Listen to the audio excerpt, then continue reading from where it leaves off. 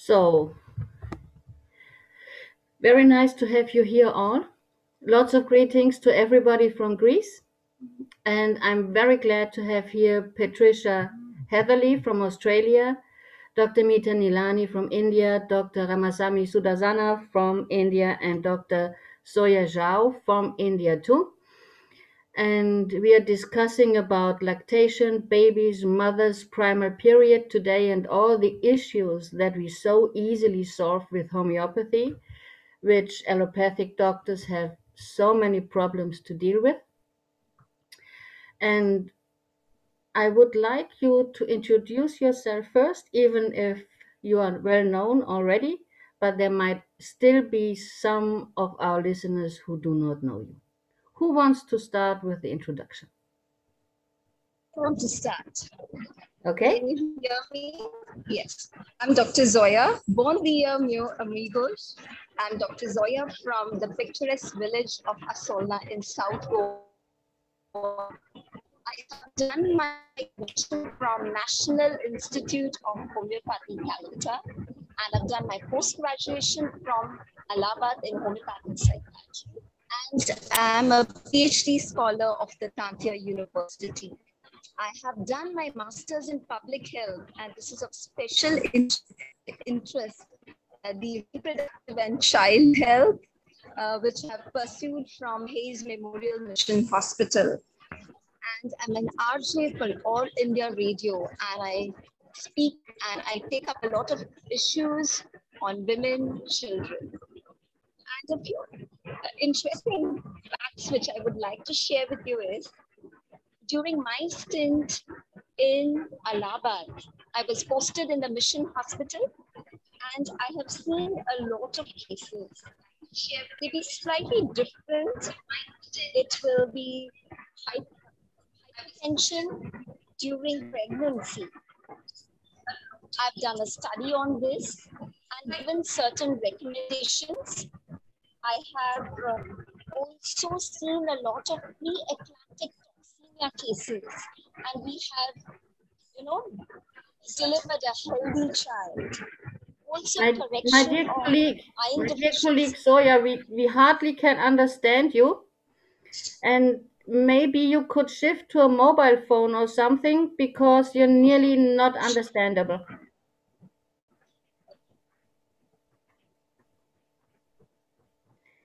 Could you retry entering the Zoom room and maybe go from your mobile or a tablet? Because the internet line is very bad. Okay?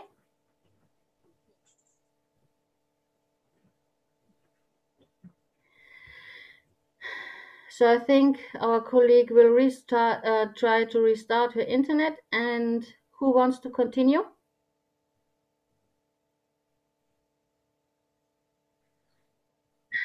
So I think our colleague will try to restart her internet. And who wants to continue? So I am Dr. Meeta Nihlani from Raipur, from India. This is my 4th decade of my practice. It's almost 30 years. I've completed 30 years. And I have done my graduation from Maharashtra, and I have done recently my post-graduation in psychiatry at Song Academy with Dr. Gandhi. So I'm happy to be here, and with all the teachers from the fraternity, and with Mary, it's always been a pleasure being with her to learn and discuss about new topics. And I'm also looking forward to learn something from Patricia. It's been wonderful reading her books, and I ordered her books also, and it's on the way. Because of the lockdown, we are still waiting for it. Yeah, so this is my just humble introduction. I'm working a lot on autism. I have discussed with Mary also. So all the information which you will be giving today, it will help me a lot in my practice further. So looking forward for that. There's if you go into my website, into Milk Matters, which is my newsletter that I put out for a decade, the very last edition is there on the homepage, and it's of a complex autism case that I treated over 2 years from 3 till 5, and then she went to normal school. And lac humanum, of course, was the remedy that finished it off. Lac maternum and lac humanum, because lac maternum, you know, you're just not in your body, and that's where she was. So you might find that interesting, that case report. So seeing as I'm talking, I may as well continue. I'm Patricia from Australia. I live in Brisbane. I've been in practice for 25 years. I was a teacher before I became a homeopath, with a major in English literature, which is why I like to write, and I love materia medica. And I've been working with mothers and babies for over 40 years as a childbirth educator and doula, and as a lactation consultant. And I've written 2 books about milk.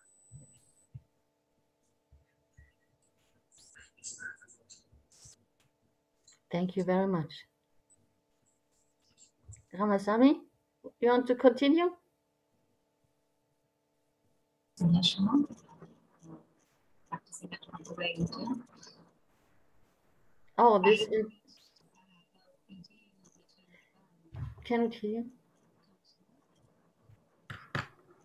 I'm Dr. Sudarsana.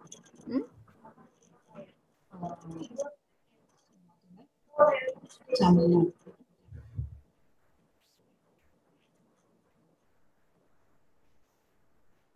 I have a PhD in vegetarian and I'm a practitioner for the past 20 years, and I've been serving the government of Tamil Nadu as government as assistant professor. We hardly can hear you. Shall I get back to you? Oh, maybe you try without the mic and the headphones. Okay. Are you able to hear me right now? It's better. It's better. It's better. So just a short introduction about me. I've been practicing homeopathy for the past 20 years, and I'm into the field of academics, and more to say with pediatric unit and infertility specialty. It's been a pleasure on being a part of this kind of meeting last year, and I hope to look forward for a more kind of learning experience today also. Okay, so I see we have a bit of internet issues today, but I think we just will start through. And yes, Patricia. Diabolical plot, I think. It's a diabolical plot. maybe. You told me you wanted to talk about mastitis. Can we start before mastitis? Oh, well, maybe can we start with mastitis in the first week of lactation? Yes. Yeah, because it's a bit different from mastitis later on. A lot of women will get mastitis in that early week, and there is a rubric, mastitis confinement during, and there's only one remedy, and that's phytolacca. So when you think about it, phytolacca is a remedy for the lymphatic system. And so in the pregnancy, all those extra litres of blood that the mother has to, you know, feed the baby via the placenta reroutes itself to the breasts. And by day 3, when the milk comes in, if she's got a sluggish lymphatic system, that's when there can be trouble. And it's a phytolacca mastitis. And it's interesting, it's not in our books anywhere, but I have found in my clinical experience that at this time when there's a hormonal shift, the pregnancy hormones drop off and the lactation hormones come in, we see phytolacca. And I've also found that some women, say about 8 or 9 months into the lactation, when the baby's gone on solids and she gets her periods back, that she'll get a mastitis then out of the blue. And it's a phytolacca mastitis because there again is a shift in hormones. And I've also found that women in their menopause, when they suddenly get a mastitis out of the blue, and it can happen, and it's a mastitis that's dealt with by phytolacca, and again, it's due to a shift in hormones. So I think there is that little bit of connection with that remedy that we don't talk about, but that's just something that I've observed. So when mothers go to hospital who have a history of engorgement, I send them with phytolacca and say, just on day 3, put it in some water, start taking it every 3 hours to try and keep in front of it so that you don't get the mastitis. And I find it works well. Patricia, there's something I can add in as a vet, because in many, many cows after birth, fetulacra is what you find when they get mastitis. Yeah. And they have the problems in the joints, in the mummy, and even in the lymph nodes. Mm. So it's absolutely the same. And fetulacra, it's just like a miracle. It is. It's amazing. 200C I use for that. We too. That's what we vets use to C200 or C30 starting. Yeah, C200. But of course, mastitis later on in a normal lactation can be a lot of things.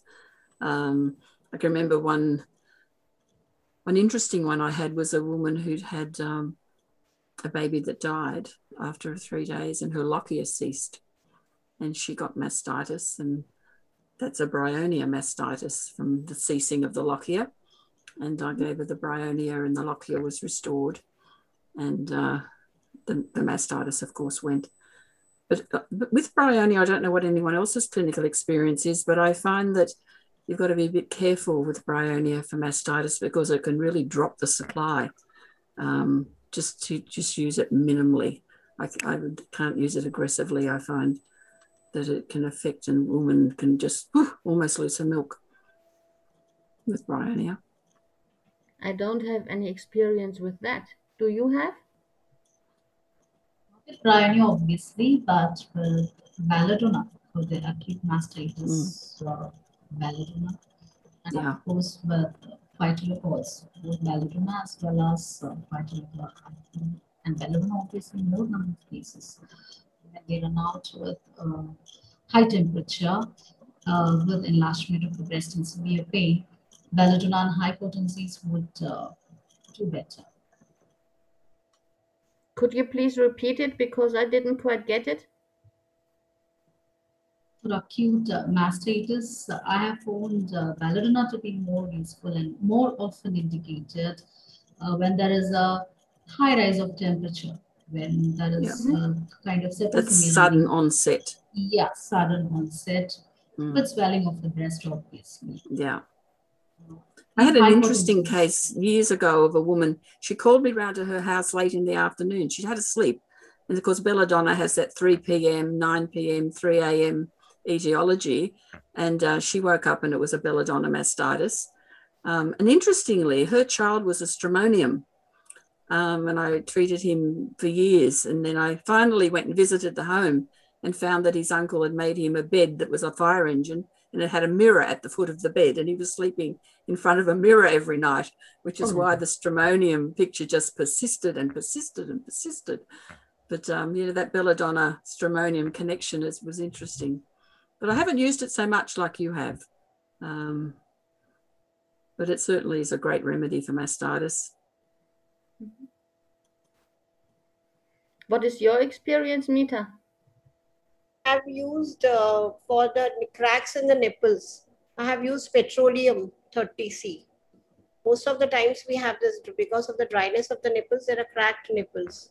So I have treated many of such cases with petroleum 30C. I've never used petroleum. I find here most women get the crack is across the crown, which is a sepia business. And of course that ailments from having given birth is very much a sepia picture. I find that a very common picture here. But it's also a zinc issue. When women are due to have their baby, estrogen drives copper up. And so women have a high levels of copper at the end of their term of pregnancy and low zinc. That's why their hair's falling out and they've got stretch marks and they just feel blah. It's because their zinc is low. And you need the high copper for efficient contractions. But of course, there's that deficit straight afterwards. And it's really important, I find, for women to get their zinc up, not only to help with stitches, cracked nipples, but also babies need lots of zinc to make the enzyme lactase. It's in order to deal with the lactose in the milk. So zinc-rich foods I find are really important in getting zinc in. How do you treat the cracks apart from remedies? Do you use any creams? Do you use anhydrous lanolin or? Yeah, that is I was about to talk about it. Without most of the people here, they don't want to take any medicines during the lactation because they don't want to the child, right? So what is the first thing we do is we apply that homemade clarified butter. Okay, yeah. Yeah, and especially when we cook we have these Indian bread daily. We cook it thrice a day. It's very hot, so we apply that clarified butter on that Indian bread, and from that, because that is of the right temperature, we apply it to the nipple. Okay, that's interesting. Well, I use anhydrous lanolin and maybe a drop of calendula and maybe a drop of hydrastis if there's a lot of nerve pain, or hypericum. Yeah, and just put it on topically and air the nipples. But it is interesting that that clarified ghee is made from lac deflorata, means it's made from cow's milk. We make it at home. So again, it's from cow's milk. So it, again, but it's a fat. While talking, I realized there's a connection between that. Do women in India use nipple pads very much? No. No, see, in the West, we do. And of course, that can be a problem because when the mother goes to, present the breast and takes the nipple pad off, she can take off the whole top layer of the nipple when she peels it off. So we always suggest that she compress the breast a little bit and, get it to leak. And so then it becomes wet and then she can take the nipple pad off, and then there's less likely to be that trauma on the tip of the nipple. So it's a bit of an ongoing problem, actually. In India, we are still very conservative about those first 42 days of delivery. We are totally in that lying-in period, and we are blessed to have extended families with us. Yeah. We are in I think all women should have that all around the world. I think it's important. It's crazy what happens here. They have one day in hospital and send them home. Yeah.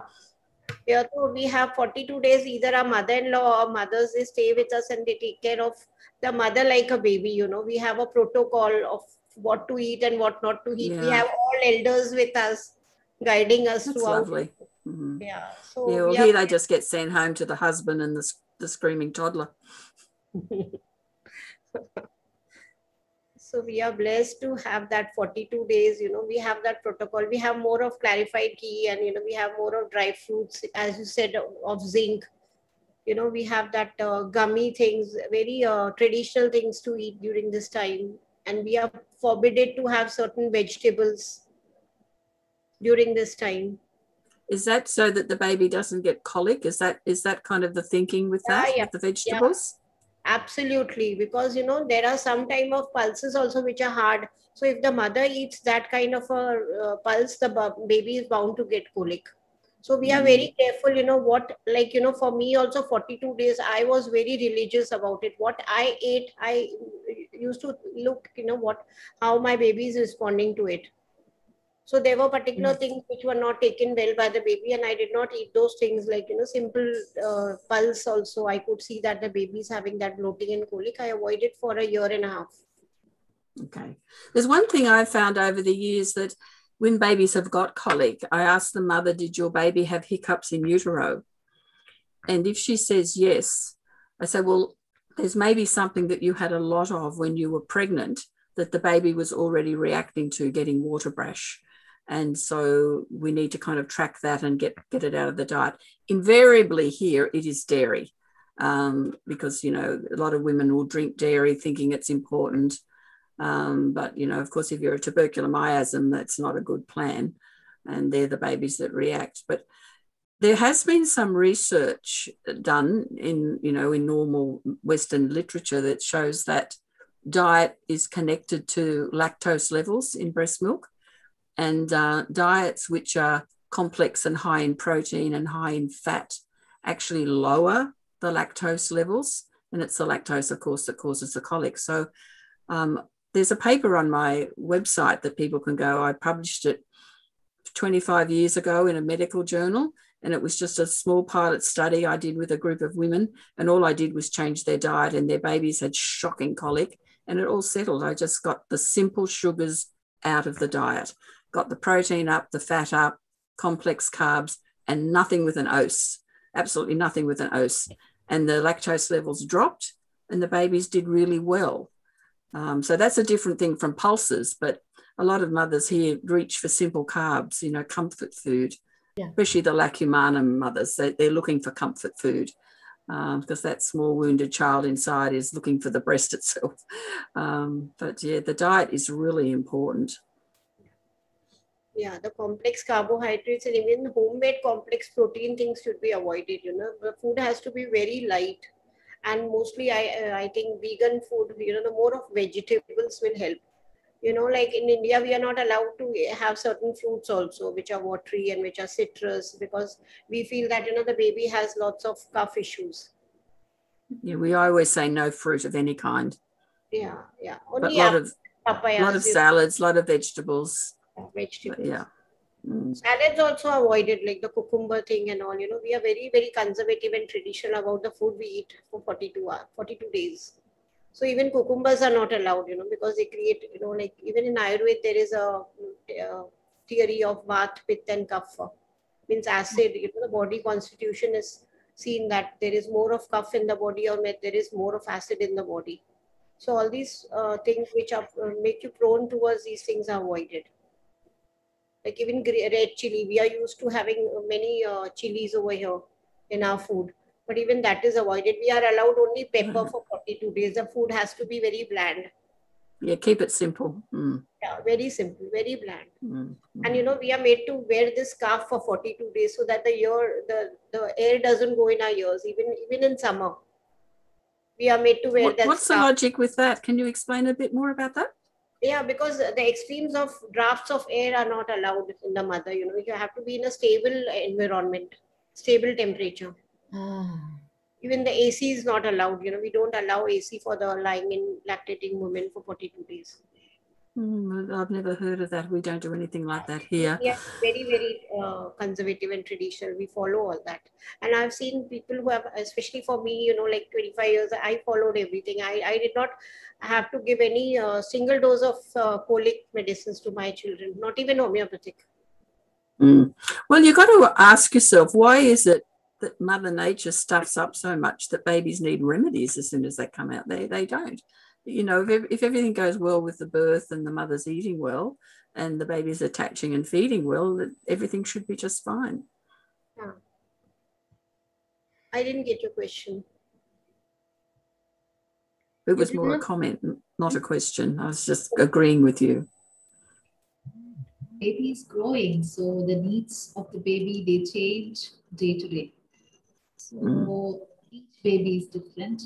And we as consultants in the family or the person who guides us, maybe knowing they'll be having a preset idea. But this baby, what they're handling, whom they're handling right now, may be quite different from whom they have handled years altogether. So every person is a separate individual. So the needs of the baby, they change as they grow. And the demands of the baby, they change as they grow. So it gets adapted to the environment. It is the baby's body is finding new ways to adapt to the environment. The environment, it means the food, the weather, and all other things. It keeps growing physically, it keeps growing mentally. So all the needs of the baby keeps changing. So what we think that a 2 scoops or 2 spoons of a food or some solid food is enough today, may not be the same 10 days later. And that is there. So the same kind of protein of some quantity, which was suitable to the baby and which was sufficient for the baby's appetite or to satisfy the baby, may not be the same as days roll on. So I think this is where the problem rises, the demand as well as the input that is given to the baby.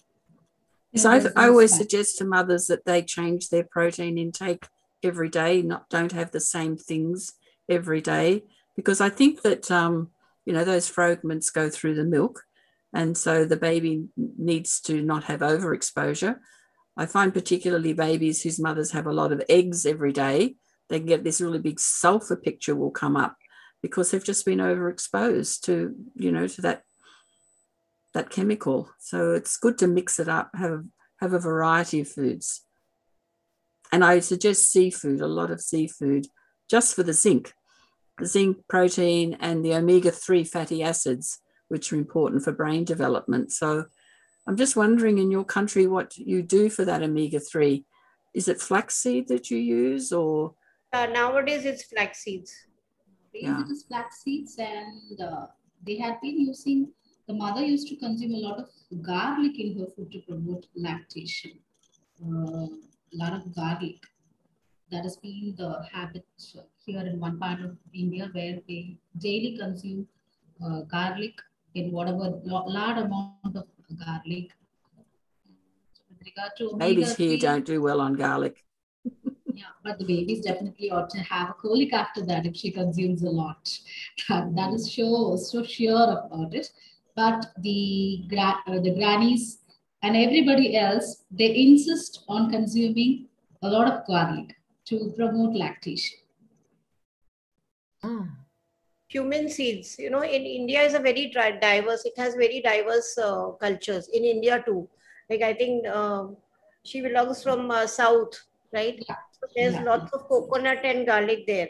And we are in center, like, central India. So we have lots of cumin seeds. Like we give cumin seeds to every lady, and every meal we add lots of cumin seeds, and that helps in the lactation. That is what we are taught here. So there are many herbs we use. Here in Goa, we use millet. Millet is a very good source of iron, and application of coconut oil both for the child as well as the mother. I feel that this gives a lot of nutrition, sometimes, and even for stretch marks, it is very good. Interesting. It's interesting with this talk of diet, and people don't often realize that there's a complex of hormones that are involved in lactogenesis, and one of them is insulin. So, what a mother eats, it can impact on that level. And interestingly, women who are diabetic and have to take insulin actually find their insulin needs drop during lactation. And we do know from research that women who have breastfed are less likely to get mature onset diabetes later on because of the kind of insulin regulation that went on during lactation. So that's interesting. And for me as a vet, it's very interesting because usually animals, they don't change their diet. Mm. You see, for a cat, she would just go hunting for mice, and if the babies got older, cats would go hunting for little rabbits. But usually they eat all the same, what they ate before, all the time. No change in nothing. In animal milks, Marianne, is it the same as in human? The two main mineral cofactors for making human milk are calcium and manganese. And so a mother needs about 1,200 milligrams of calcium a day, and you'll get manganese from a broad diet.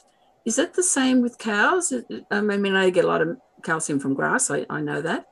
But do you know what the cofactors are for making animal milks? Are they the same as in humans?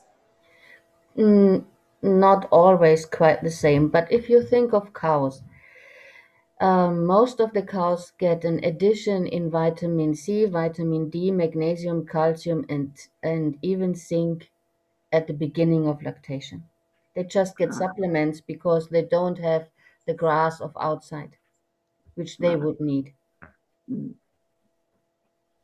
Actually, talking about vitamin C, it is one thing that we have found that, I don't know whether it's so much in India, but in the West, a lot of women will take vitamin C as a lifestyle thing. They think that having lots of vitamin C every day is really important. And I'm talking about grams and grams. So in a pregnancy, the baby can become very dependent on those large amounts of vitamin C. And of course, the breast is selective.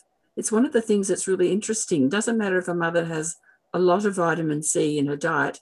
We know from research that the levels don't go up very much to the baby. And so some babies can get relative deficiency of vitamin C after pregnancy and then going on to the lactation if they've been overexposed. So I always, in the pregnancy, say don't take too much vitamin C. Try just to get it from your diet unless you're sick. It's all very interesting to me. Mm. And what I did see in animals always is this extreme body intelligence.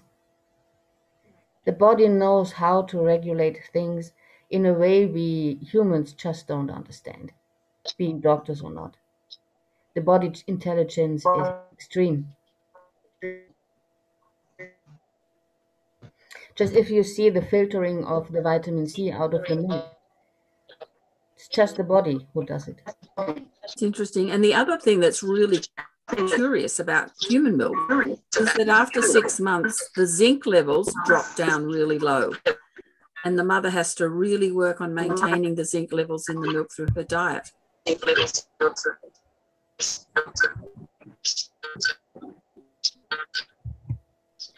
Dr. Zoe? Educate a lot pumpkin in the diet.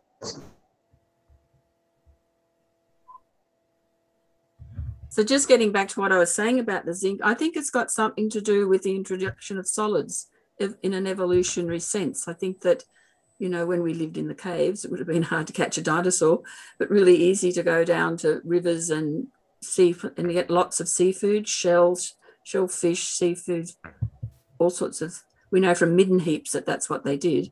And so the zinc level would have been high in the weaning foods given to babies. So maybe that's why the zinc dropped off. I don't know. But we put a lot of emphasis on iron being important, but zinc I think is even more important. But it's interesting that it drops off. Yeah. It's sad that we have a lot of technical issues today, but nonetheless, we will go on talking. One thing that you wanted to cover too, I think, is what did you say? Reflux. We should have a look at that. Well, I find that that's linked to diet a lot. One of the best ways is to get the protein and fat up. Babies actually digest fat in their stomach rather than in their intestines, which is interesting. So if you have a really high fat milk, it sits for longer in the stomach of the baby before it goes to the gut where it will ferment. And it's the fermentation of the milk that causes the reflux. So just that simple little thing of making sure there's plenty of fat in the milk can be one of the ways to settle that down.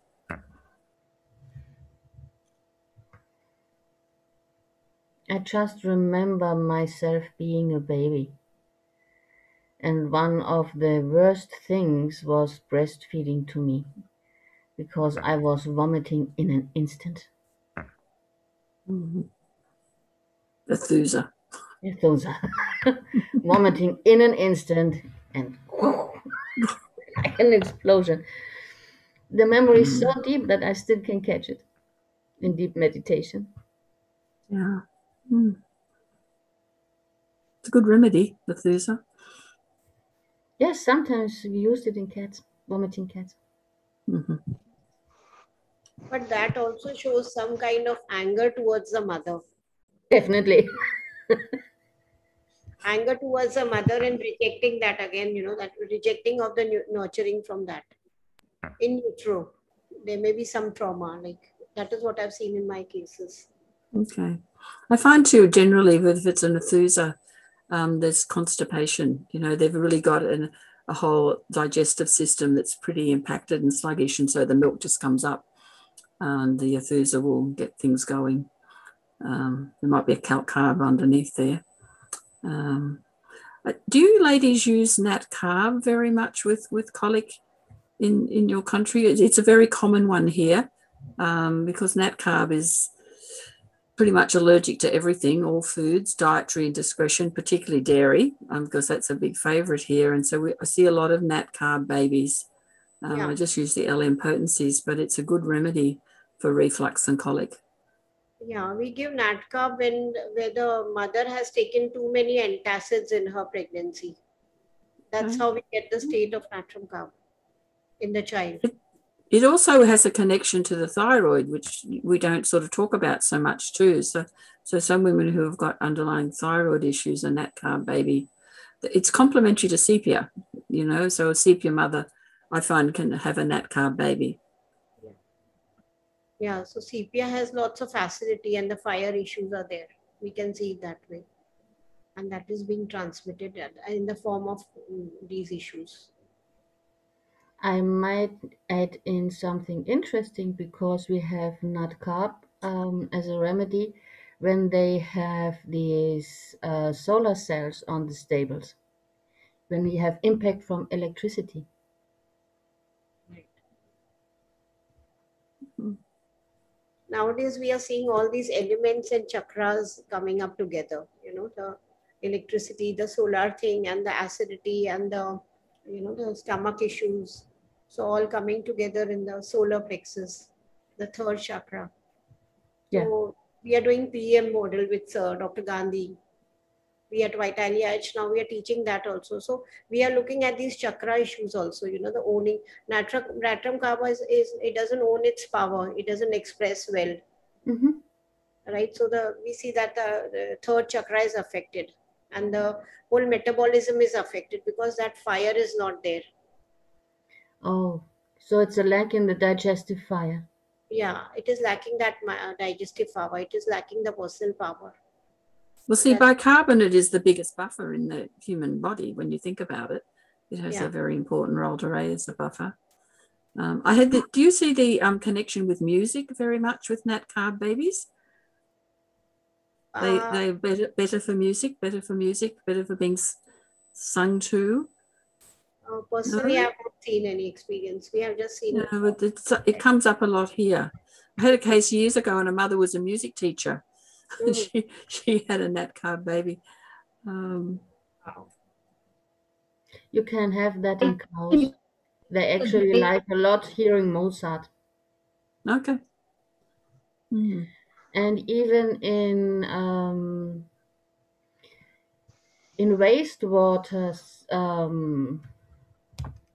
wastewater, how is it called?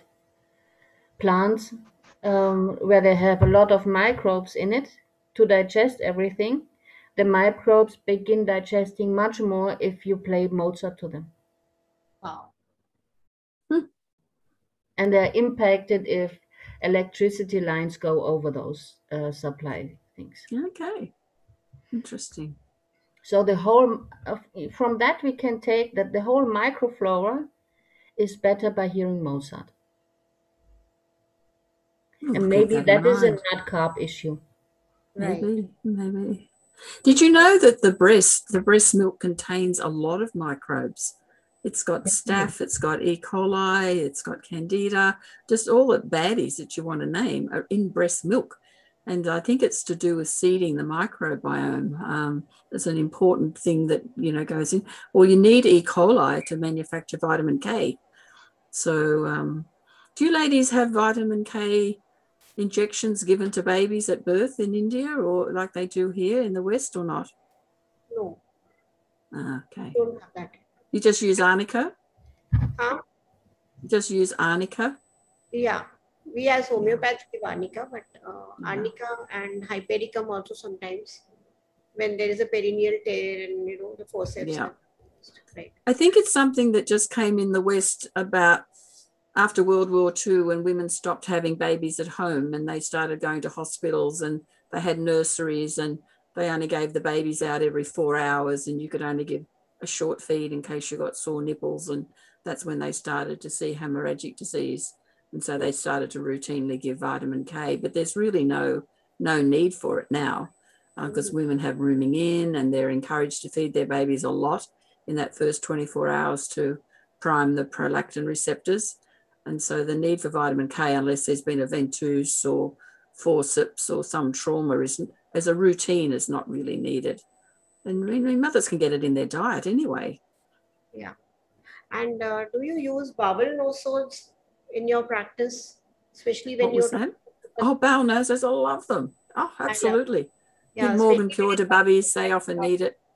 Yeah. I use a Decentrico in such cases when I don't get a clear-cut indication of any homeopathic remedy. I use. Oh, okay, that's interesting. I mean, I use Disco if there's been like an arsenicum picture and sort of Gert in the bark, which goes more with FOS. But later on with children with worms, I'd use Gert in the bark. But with little newborns, I use mostly Morgan Pure. I've given Proteus in a case of autism, especially who had this issues of, overeating, nibbling all the time, wanting junk food. So it settled 60% of the case with Proteus. Although I had to give some constitution later on and before, but in between there was a phase that he just wanted junk food. No good. I mean, Proteus is the bowel nosode, of course, that goes with Natrum muriaticum.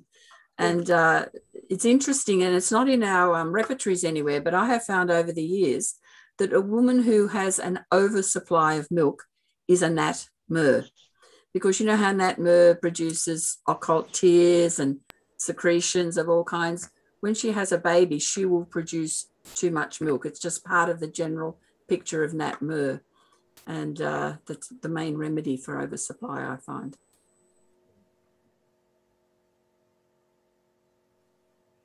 It's a very interesting thing if you think of all the cruelty that's going on with cows in stables and all the suffering of the cows and how much milk they produce. Yeah. So it's a bit of that picture, I think.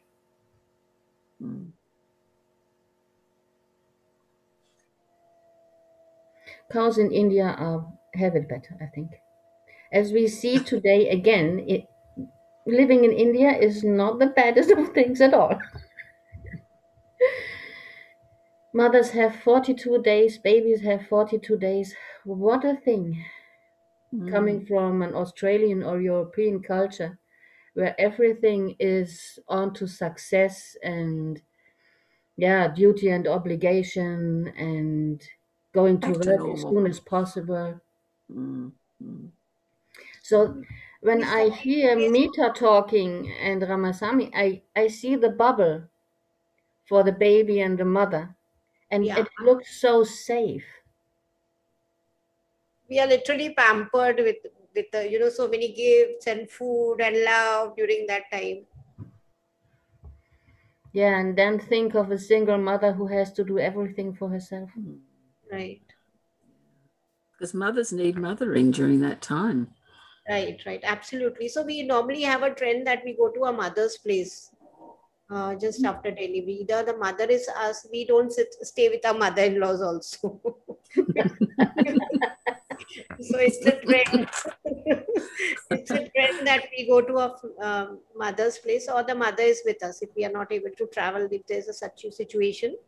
So, and this 42 days, they were, it has been decided long before this science was, so now we see that it takes exactly 42 days for the uterus to involute. But these 40-day system is since years, it's a tradition of centuries. And now we know through science that it takes the uterus to involute exactly in 42 days. So, we can see the signs of all this lactation. I'm a mother-in-law twice, and I mean I would be one of the best mother-in-laws for breastfeeding, but they never asked me anything. Interesting. There's that energy thing, if you're the mother-in-law, you're not the mother. It's not the same. I get that. It's okay. And my mother, she used to keep some small little packages with me, like you keep on eating when you feed. Mother has to eat, she has to keep on chewing something so that that satiation goes to the child. So she used to first feed me before the breastfeeding, and then I used to eat first. It is a trend, and then the baby is fed. So that satiation factor is there.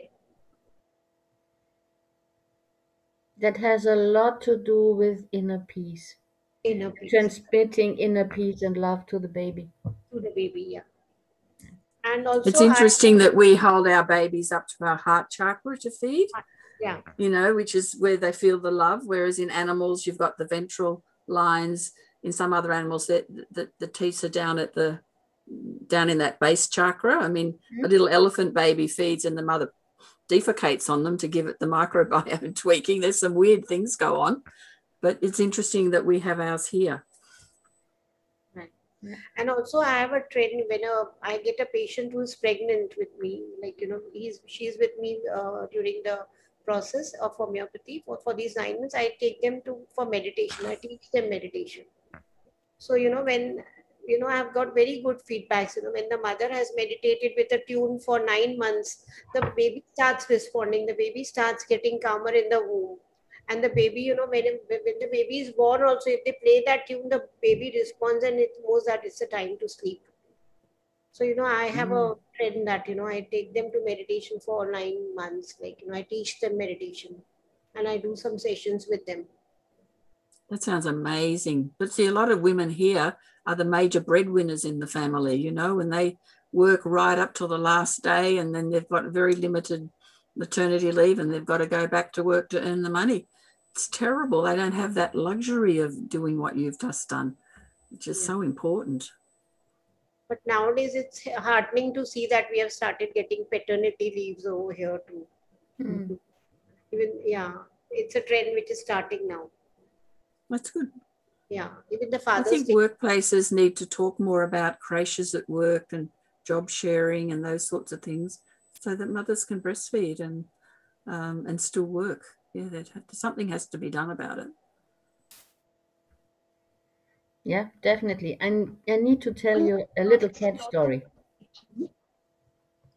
If you have a cat that has lost the mother very early in, let's say, below age of 1 week or something, it is very hard for the cat baby or the dog baby to survive. And what you do as a vet is you put them on the heart and you carry them on the heart all the time and give them the appreciation and a sense for staying alive. And if you can't do that, the baby won't survive. So it's a trauma of separation. It's a trauma of separation. I've come across patients who are suffering from postpartum blues. And what do you all give actually? And sepia and ignatia for these patients? This was depression after birth? Yeah, postpartum. Yes, postpartum blues, what we call them. So I get a lot of patients with postpartum blues. They go into a lot of depression. It's very difficult for them to come out of the situation. Also hypothyroidism also. But with Natramure and with Ignatia, been giving them a lot of relief. It's interesting, we're the only mammals who don't eat our placentas immediately after birth. And there has been some research done, whereas placenta was given to women because it's high in endorphins and it's high in, you know, a lot of the iron, but particularly the hormones, just to tide them through. And they're less likely to get the blues if they have the placenta. Not very palatable, but it's worth thinking about. You know, we say, why don't we eat it?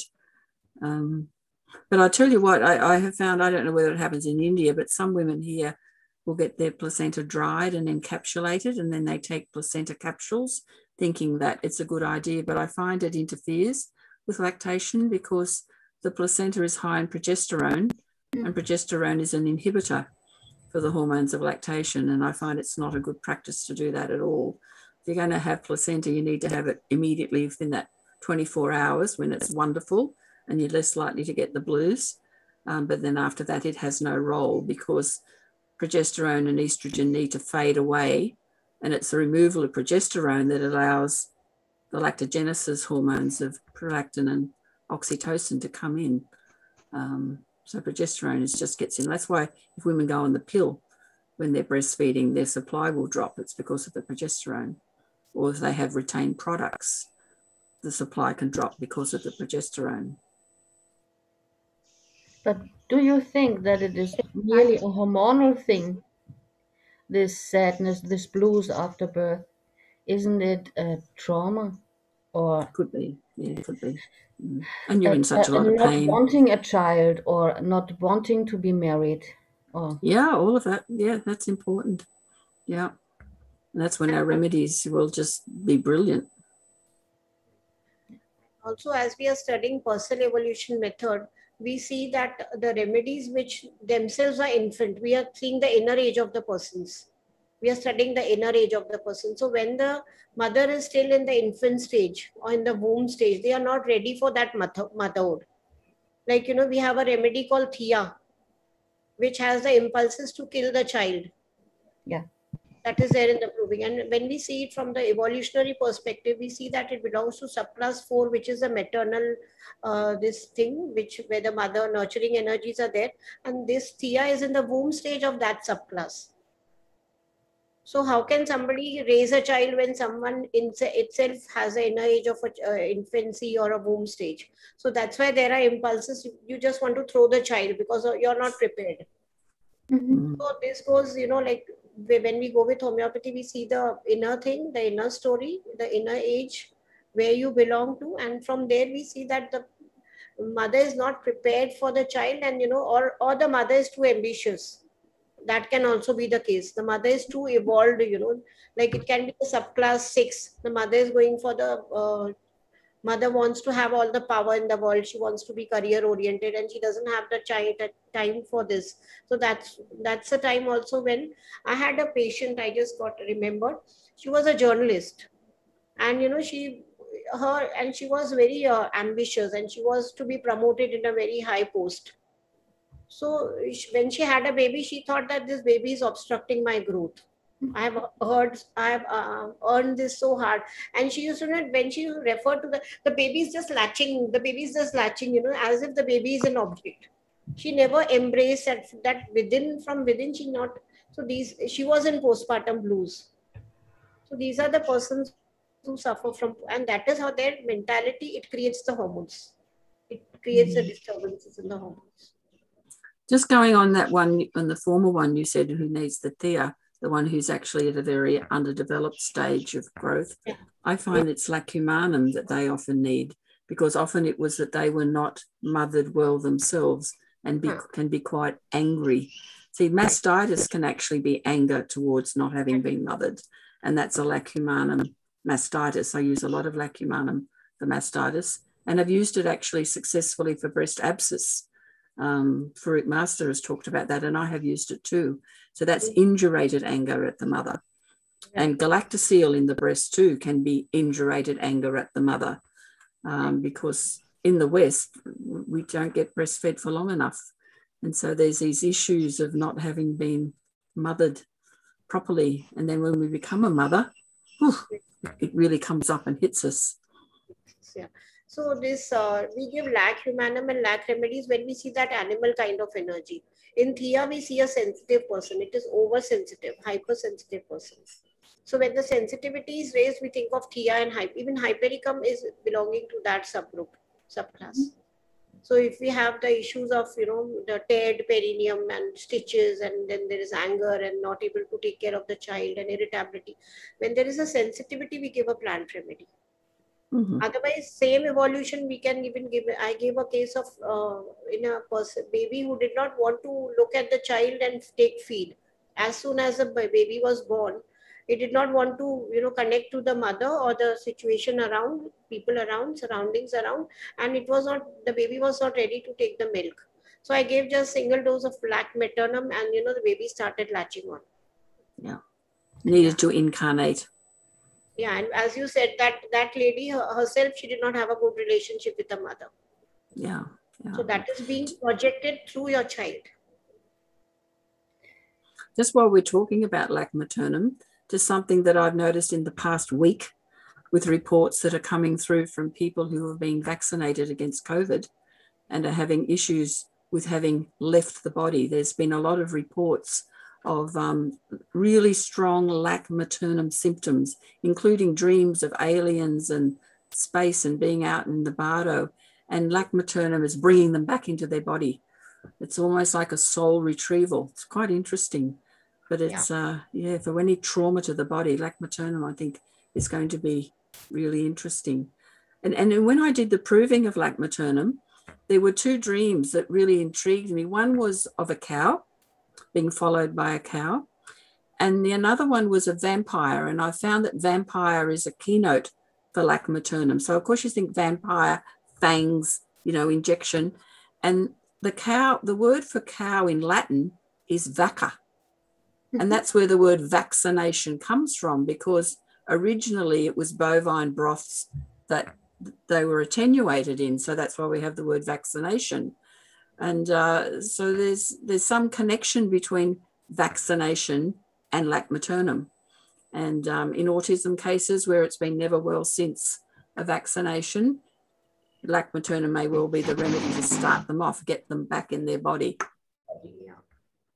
Most of them, they don't want to incarnate. They don't want to incarnate. That's why we have theme of incarnations in lac maternum. To be or not to be, that's the question. Patricia, we have a question in the chat. Difference between lac maternum and lac humanum. Well, it's a huge. There's a desire for comfort food in lac humanum. There's a desire for protein in lac maternum. Lac humanum's issue is not having been mothered, about being denied the breast. Lac maternum's issue is about not incarnating, being disturbed by drugs, medicalized birth, trauma around birth. The dreams are all very different. You kind of really have to just read the Materia Medica to find it out. I did do a Milk Matters newsletter once where I did a DD of that, and it is on my website. It's just done in tabular form. It's easy to see it, but they are very different.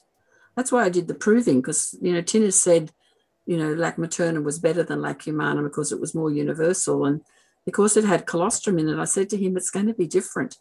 Can I do a proving? And he said, okay. And I did it. And it is different. There's a lot of similarities, but it is different. This is when we see the inner age of lac maternum is more primitive than lac humanum. That's what we can say. Lac maternum, maybe it's a womb stage. It's got a lot of similarities to the remedy placenta too, lac maternum. See, placenta is red blood cells and colostrum is white blood cells. I think that's where the signature comes. It's in the blood. So it's a kind of a matridonal remedy, right? Have you used them ever? Sorry? Have you used them, matridonal remedies? I've done 2 provings of amniotic fluid and I've never written them up. I've used placenta, but I've used more lacs than sort of the wider class of matridonals, but I'm certainly well aware of them. And, I've written a review of Melissa's book, lovely book on the matridonal remedies. They have their place. I've used Vernix caseosa, studying from Melissa's book. Yeah, I've not used it, but I can see where its place is. Yeah. It's the kind of shock they get when they don't have that enough lubricant on the body. So they have this kind of a shock. So it's interesting going back to lac maternum. In the proving, quite a few of the provers had spontaneous bleeds on the skin, which just, I thought, oh my God, that's kind of almost like that lack of bilirubin, that you get early on, which sort of cemented to me that it was to do with birth. But of course, going back to the vaccines at the moment, what is the big issue? It's about blood clotting and, bleeding issues, and including coming out onto the skin. So that's another connection, which is interesting.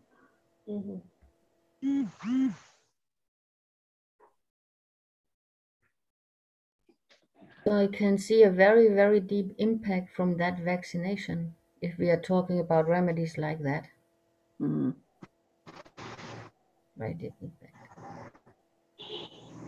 One thing what I'm interested in, we talked about the infections after birth, of the abscess in the breasts, of the mastitis.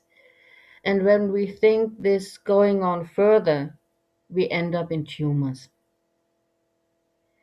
So what is your experience in breast tumors? First of all, I'll say that a lot of women who get the mastitis in the lactation and have lots of blocked ducts in the lactation, you know that they're a candidate for tumours down the track. And sometimes they are carcinosine. Asterias rubens is a big remedy that might come up at this time. But I find if you can get that all sorted and get the breast flowing with milk, it's healing for the breast and they're less likely to have trouble down the track. That has been my experience. It's to try and get the lactation saved and the very act of the breast milk flowing. Actually, in 2004, there was some research done because we knew that there was a connection between breastfeeding and minimal cancer of the breast. And they've discovered that there's a complex in human milk. It's a mixture of alpha-lactalbumin and oleic acid. And they named it Hamlet, human alpha-lactalbumin made lethal to tumor cells, Hamlet. And it kills cancer cells without touching the other cells around it. So we know that there is something, this is the main thing that's in human milk that will kill cancer. So to breastfeed and to breastfeed for a long time is protective. I find Conaine maculatum has been useful in treating tumorous conditions in the breast, especially with 50 millismiths. Yes, I have quite a successful cases with Conaine mac as well as Phytolica. And then carcinosin as an intercurrent remedy in most of the cases. Joao has suggested, we always imply if it is an youngster who has been, if they're not breastfed properly and just discontinued after 45 or 2 months or 3 months, they definitely ought to land up with tumors in the breast later on in their life. So it's better during the lactating period, they give adequate duration. Because they have a long breastfeeding period, they'll be protected from these kind of tumors later in their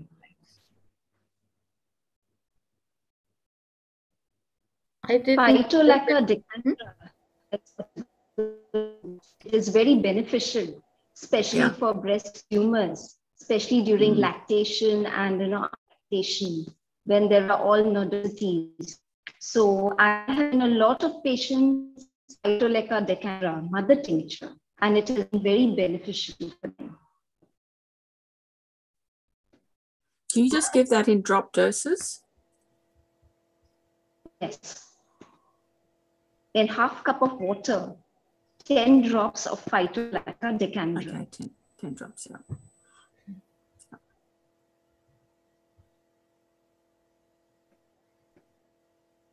Did anybody of you find a connection between Streptococcus and Staphylococcus infections and Phytolica? No, but what I can say is in mastitis, if it goes from one breast to the other, we do know it is a strep infection if it swaps breasts, which is a keynote for lac caninum and lac humanum, swapping sides. That is always a Streptococcus infection, and you give Streptococcus in potency along with the remedy. Okay. I'm just wondering, because of the cows, as we see a lot of joint infections going together with the mastitis and Phytolica working, and we have a lot of abscesses in the joints with the cows, I thought of the Streptococcus Staphylococcus connection.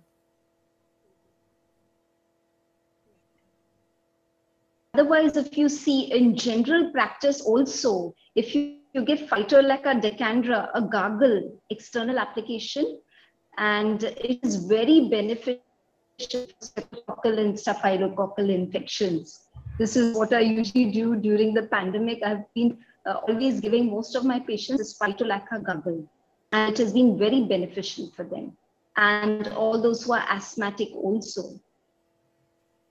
Interesting. What about echinacea as well for a gargle? I prefer Phytoleca decandra. I have also given a echinacea, but echinacea mostly given them for wound dressings. It adds a immune booster.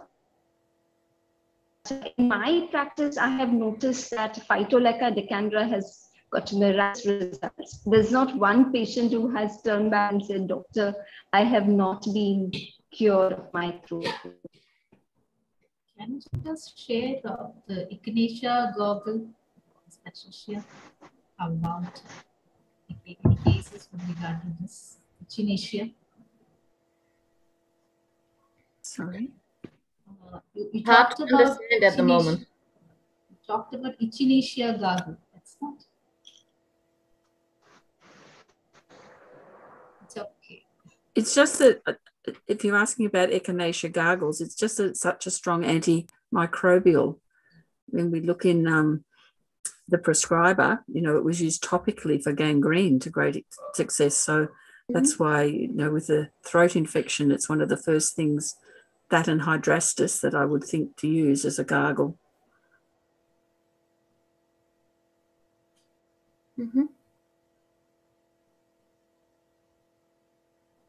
And you could even use effective microbes. Such as? Effective microbes is just a fluid which usually is used in agriculture to improve the microbes in the compost, or you use it in stables to get a better bacterial environment. But you could use them for gurgle, or even for skin scratches which have pus on it, because it will change the microbial flora instantly and the pus will stop. It's all about presenting the good microbes to the bad microbes, and having all the opportunistic microbes going the way of the good microbes. And then you have a lot of fermentation on all the bad microbes, they just dissolve. Sounds good. That's an easy thing in agriculture. But of course, if you're not a vet, you don't hear about it. As a vet, you have the connection to agriculture and you have the connection to medicine. We experienced a lot with that, and a lot in wound treatment and treatment of broken up mastitis, when the pus is already flowing out, which you won't see in humans so much. You see it in badly treated animals. No. I would probably give sanicular or silica at that stage to help push out, or hepasulf. But talking about healing, when a woman's got an abscess, if it's healing and if it's had to be packed, I always give calendula 12C to help granulation, from the deeper layers, so that the wound will settle while the drain is in, and then they take the drain out and, it needs to heal. So that's when calendula 12C is good. That's understandable. So is there any other topic we want to cover in lactation? I just would like to make the comment that if there is persistent cracked nipples, sometimes it's a sign that there could be some deeper pathology, and just routinely using remedies to heal the nipples, sometimes I've seen cause abscess deeper in. So just you need to be aware of that. It's just a small thing, but sometimes it's a sign. We haven't talked about thrush. I don't know, do you see much of that in India? Do you see much thrush? Yeah. And we give what do you do? Borax as a remedy, it helps. Yeah, borax or Halonius. I find a lot of sepia women need Halonius for the thrush. And of course, look at the diet. They've got to get all those sugars out of the diet. And I wanted to ask you, Patricia, have you seen in most of the issues with lactation, when we see the metaphysical aspect, there is some disruption between the mother and child relationships. Well, there certainly can be, or it can be other things, like a really low supply that's causticum. It could be that there's issues between the mother and the husband, you know, and he's been away and she's had to do things. Or, you know, lacumanum, as I've already mentioned, might be that she's had issues with having been mothered poorly herself. Or if she's a nat mer, maybe she's got mother abandonment issues as well in that. So between the mother and the child, probably sepia is that indifference to those loved best. That would be the most common one I would see. And of course, most women, when they've had the baby immediately, sepia is often one of the first remedies that you think of. And I don't know how much it is in India, but here now, almost routinely, women are put on the artificial drip of oxytocin in labour. And we know that that interferes with oxytocin receptors in the uterus. And 60% of mothers are really kind of disconnected from the baby because of that. And it takes them days to fall in love to get it right again. And that's a big issue. Yeah, in India, there is one more issue of gender differentiation. You know, like you are having more than one girl child or second girl child. So you are so much in anticipation throughout the pregnancy that this is a girl child. So, you know, there's a kind of rejection during that period also. Okay. I've never seen that, but... yeah, it's a huge cultural thing in India. Yeah. They want first children. Most of we stay in joint families. So the elderly people's grannies and all, they want the first child to be a male. Oh, to be a boy, yeah. So if my husband wanted his first child to be a boy. He got one. Oh dear. I planned the sex of all my children. So just decided I wanted a boy, girl, boy, and that's what I got. Mm-hmm. You got to know your cycle. Yeah, like see in phytolacca also, what we see when we see it from the evolutionary perspective, it is at a stage where, you know, it has, you know, like we see in periodic table, right side of second, that you want to separate from the mother because the uterus is now become redundant in carrying you. So that is where the stage of phytolacca comes in, that, you know, you want a separation from the mother, you just kick out the mother and come out.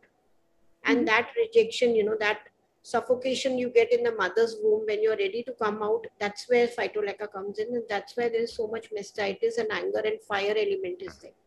Okay. When we start seeing things from this perspective, now everything, you know, we can understand why this is happening in this such a remedy.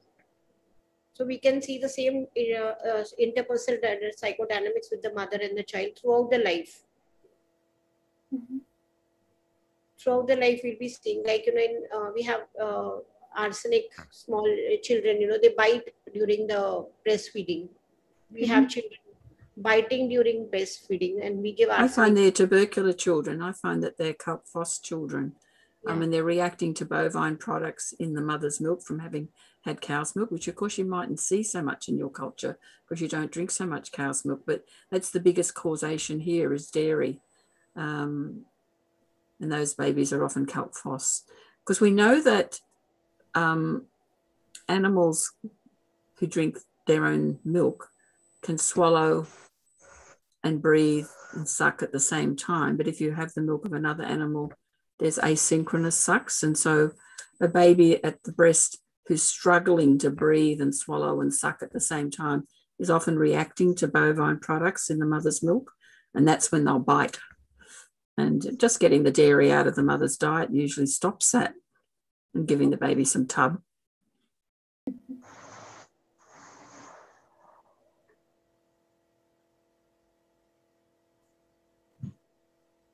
What do mothers use for calcium in your culture for getting your calcium enough in the milk, for the milk?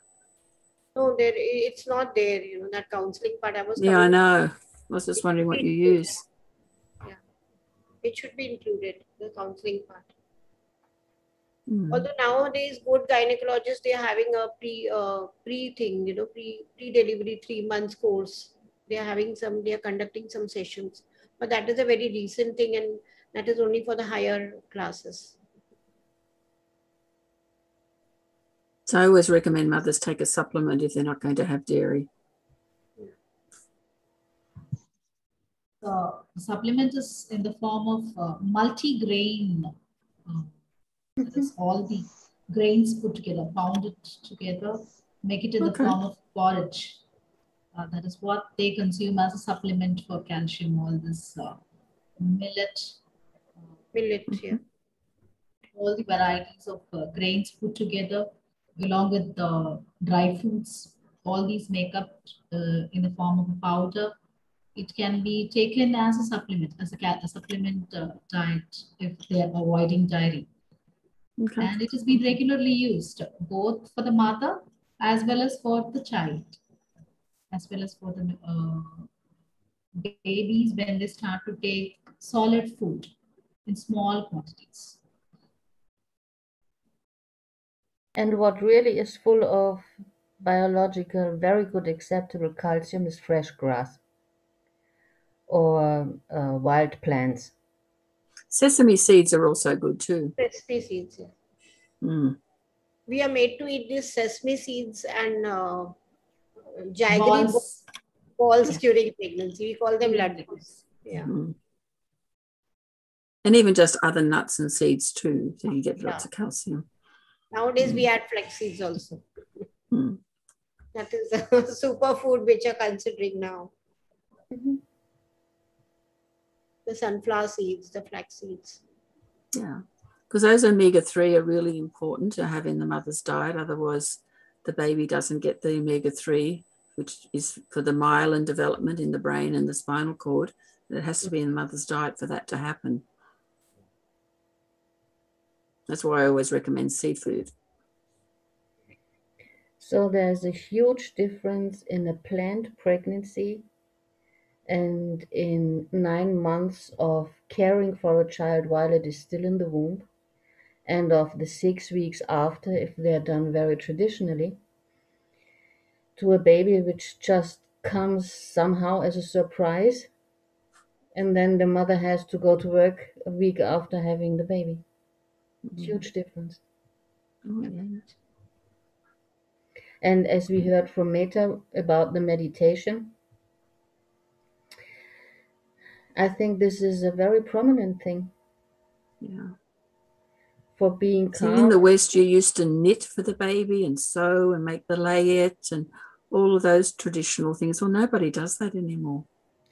Oh, knitting is some kind of meditation as well. It is, yeah. But you don't do it anymore. You just go to the supermarket and buy an outfit.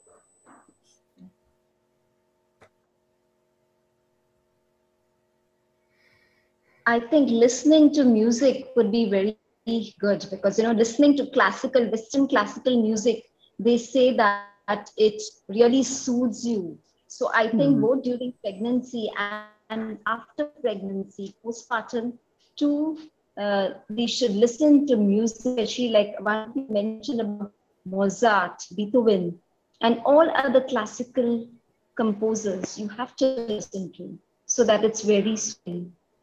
I wanted to know whether you all had any cases of any antenatal HIV positive children being delivered, because I haven't seen any, but we know that there are actually 3 components in human milk which are protective against HIV. There's erythropoietin and salicylic acid and certain lactic acid bacteria. They've done a lot of research in this because of the issues that they were having in Africa. And so mothers now can breastfeed while they've got HIV as long as they take their retrovirals. So, but we just don't see it here in Australia, but I do know that there's a lot of positive research in that area. Because here I felt that there was a lot of counseling which was lacking, because I get a lot of patients, antenatal cases, because I sit in pathology lab and I'm the HOD in the pathology lab, that I have to counsel them. I have to do a pre-test counseling and a post-test counseling. And it's very heartening to see, that many of them plan to commit suicide, but with my counseling, I can still see them living. And, the children just grown up and so happy. It gives me a lot of pleasure. Yes, that's a sad story. And people think of committing suicide just because of a disease. Mm.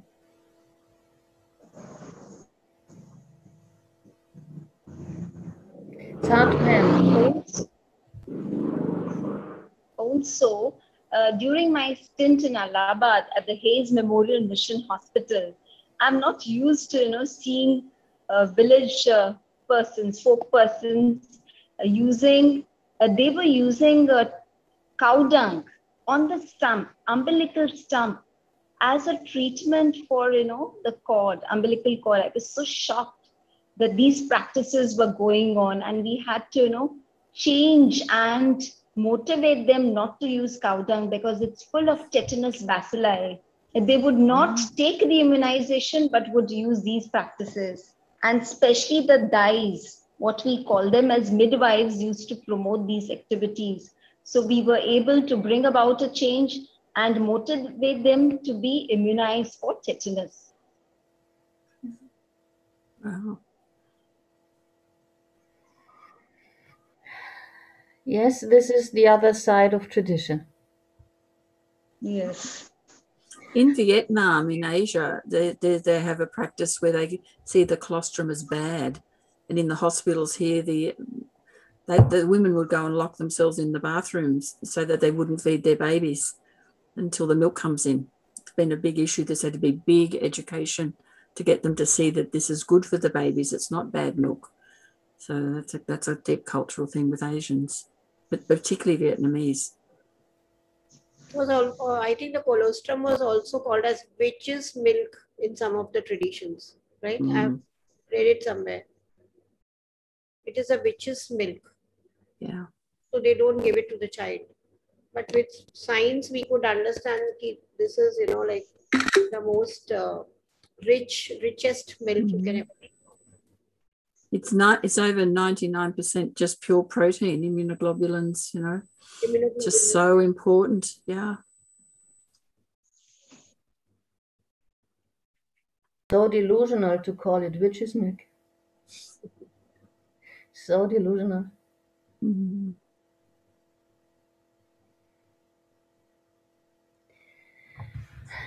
One question I wanted to ask, have you seen any difference between the children of normal, children who have gone through normal labor and cesarean births?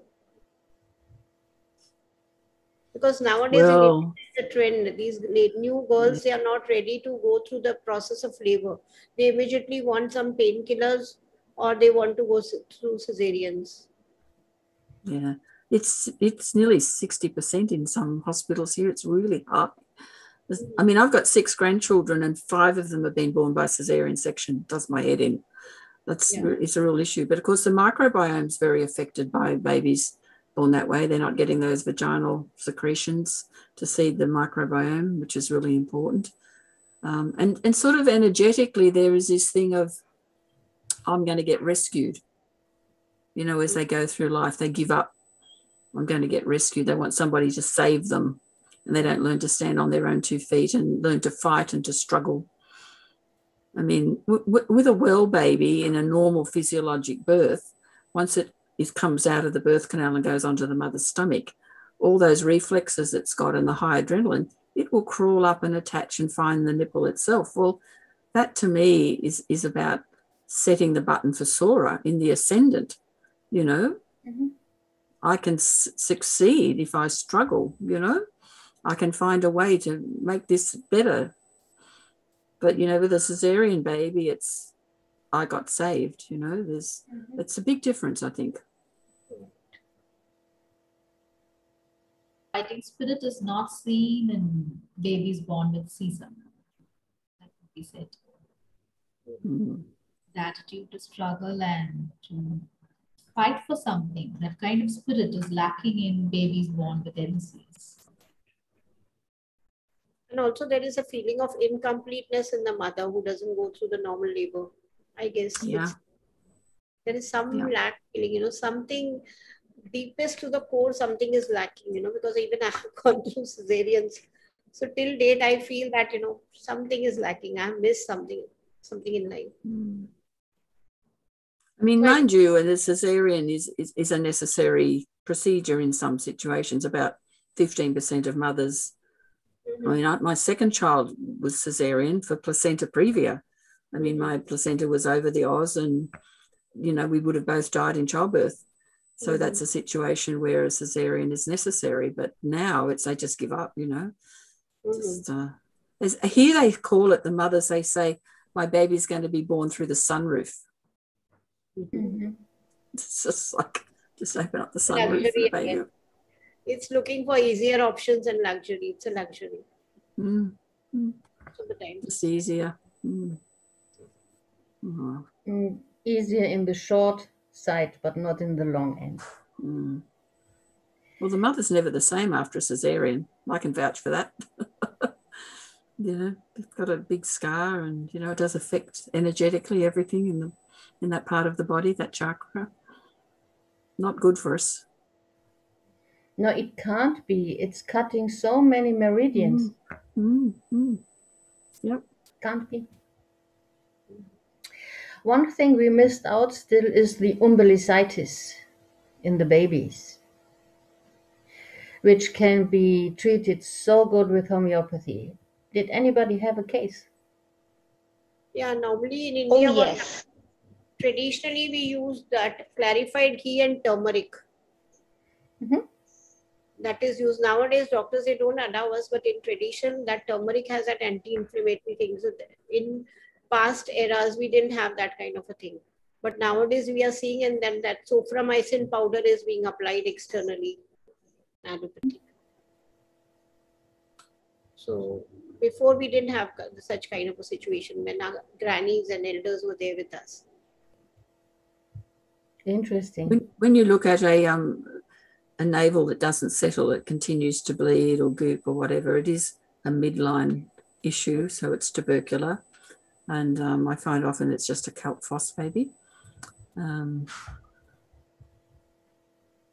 Calendula tincture will often settle it.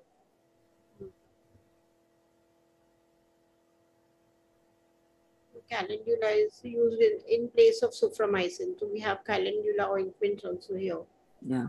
I didn't know patents are allowed there or not, but in India there are lots of patents of homeopathy are also allowed. So we have ointments of phytolacca and calendula together also.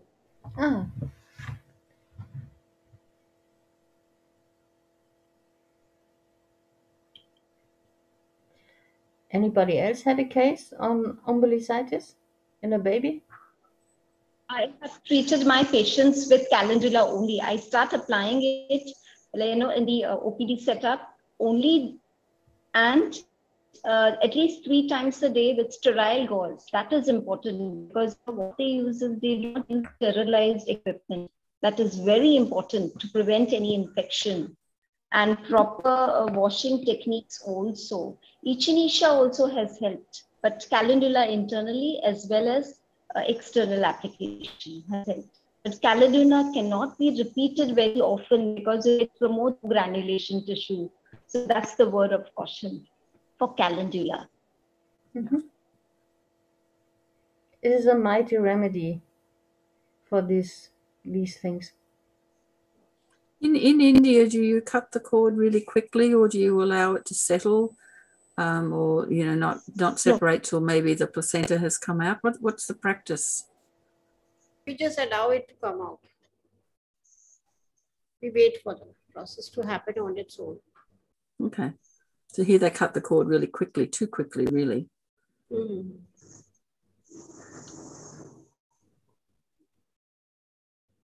I mean, all that extra blood really should go to the baby. Here also they cut the cord quickly. Nowadays they cut the cord quickly. That depends on the doctor also, how many patients it has, you know, everything is so commercialized nowadays. If there is a line, if there's a rush, so they just cut the cord too fast.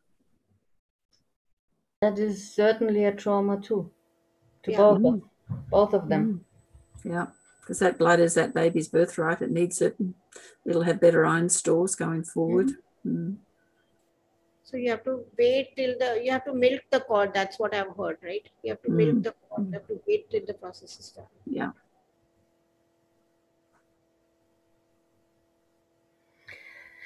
So, my dear colleagues, we are reaching the end of our live talk today.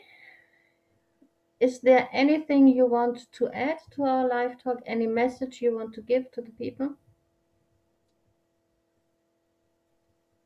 I would like to share a very interesting case. This was an elderly tiny. She was brought to the labor room, and many doctors had tried to induce labor, but all in vain. So there was another medico who was called, and he said that all the specialists should move out of the labor room. It's a very hilarious thing. But what he did was he lit crackers, bombs outside the hospital, and immediately it seems the delivery took place. So this is, a very hilarious moment, but also a great moment because it was a lot of trial labor, but with this jhatka, or we call it fear, that the delivery took place spontaneously. Thank you. Yeah, and I have a message for everyone that the hand that rocks the cradle rules the world. So experience the magical powers of homeopathy in healing, in the natural birth process, and in having healthy children. Thank you. Thank you. Yeah, yeah. I mean, it's really, really worth putting in the effort to preserve a lactation because it's good for the baby, it's good for the mother, and it's good for the planet. It's the most, carbon neutral activity, 500 calories a day, and you can produce litres of milk. And there isn't all that paraphernalia that is involved with dairying and producing formula. So, it's real work, and, there should be more recognition of the contribution that women make to the GDP of the nation. I mean, there have been economic papers written about this, but it's a very important role. But I mean, we're supposed to feed our babies for 6 times the gestation rate, all primates. So, 9 months in utero and 4 years ex utero, and that's not happening in the West. And so we've got morbidity instead of mortality, and it is a real issue. Go back to the roots. Yeah, so my message is we have to see this process of childbirth, labor, pregnancy as a sacred thing, like it's a sacred contribution to the world. So we have to treat it differently. We are in a commercial world, we are in a rat race, we are rushing, but we have to go back to the roots and follow our traditions. And we have to give that time, like the planning, it starts from planning of the baby. The baby has to be welcomed when most of the births nowadays you are using contraceptives, and many of the births are because of the contraceptive failures. So all these things should be out when you're planning a baby. It has to be planned, it has to be welcomed, it has to be treated like a divine thing in the world. And whole pregnancy, it's like you have to treat the lady as a goddess. That's what I think. The whole community has to come together and it has to be treated as a goddess. And then we have to see the sacred union of the mother and the child during the lactation. So we have to go back to the roots. That's what my message is. Yeah. Right? And give them the space to have that into mother, honor that space. Yeah. This way we'll be reducing many psychiatric problems. We are seeing so many psychiatric problems. We are hearing shootings in America. We are seeing autisms. We are seeing so many bipolar cases. This all psychiatric cases, I think they'll be reduced by a magnanimous number when we see this process as something very sacred. We'll be reducing many psychiatric problems. So we have to invest here rather than investing there. Yeah. Yes. Yeah. But I we feel need that a society that has time for that. Sorry, I interrupted you. No, it's okay. I'm done. Yeah. I feel that this journey of pregnancy, it unfolds from the day of getting conceived, and homeopathy can serve as an answer. It could be a natural answer how it is a pregnancy is a natural process. Homeopathy is a natural answer to any kind of sufferings that is met with during this primal period, right from the day of conception to the first 1 year of the child. And it should be like a journey which is to be rejoiced and to be cherished. And we are going to nourish a child into an adult, to a grown-up adult.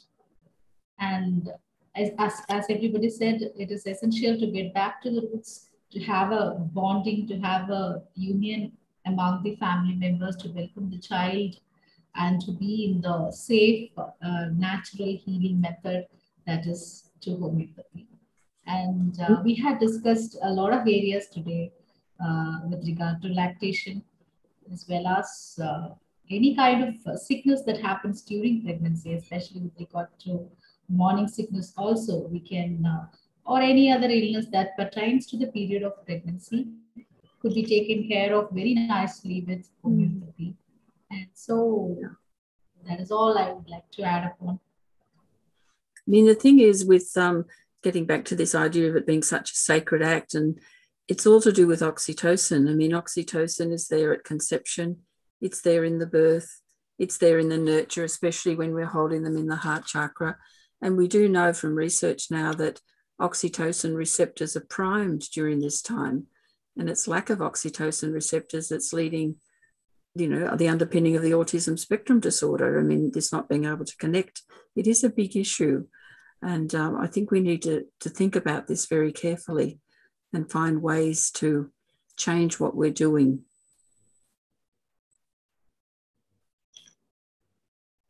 Yes, it's an appeal to the human nature. It's a call for us to go back to being sincere about being human and being born and having the gift of a life. Yeah. We know too now that there's things in human milk called microRNA. This is just something fairly new. And these carry the epigenetic tags going back 3 generations. So when the baby goes to the mother's breast, all that information is being passed down. It's like a baby's a new computer that needs software uploaded, and the milk does that. So to go to the mother's breast and get that is so important. Definitely. So thank you all for being here today, for having time to talk to each other and giving our listeners something of your knowledge. And I hope I will see you again soon. Thank you. Thank you for the opportunity. Nice meeting you, ladies. Thank you for having us here. Thank you all for a wonderful day. Bye-bye. Bye and have a good Sunday. Thank you.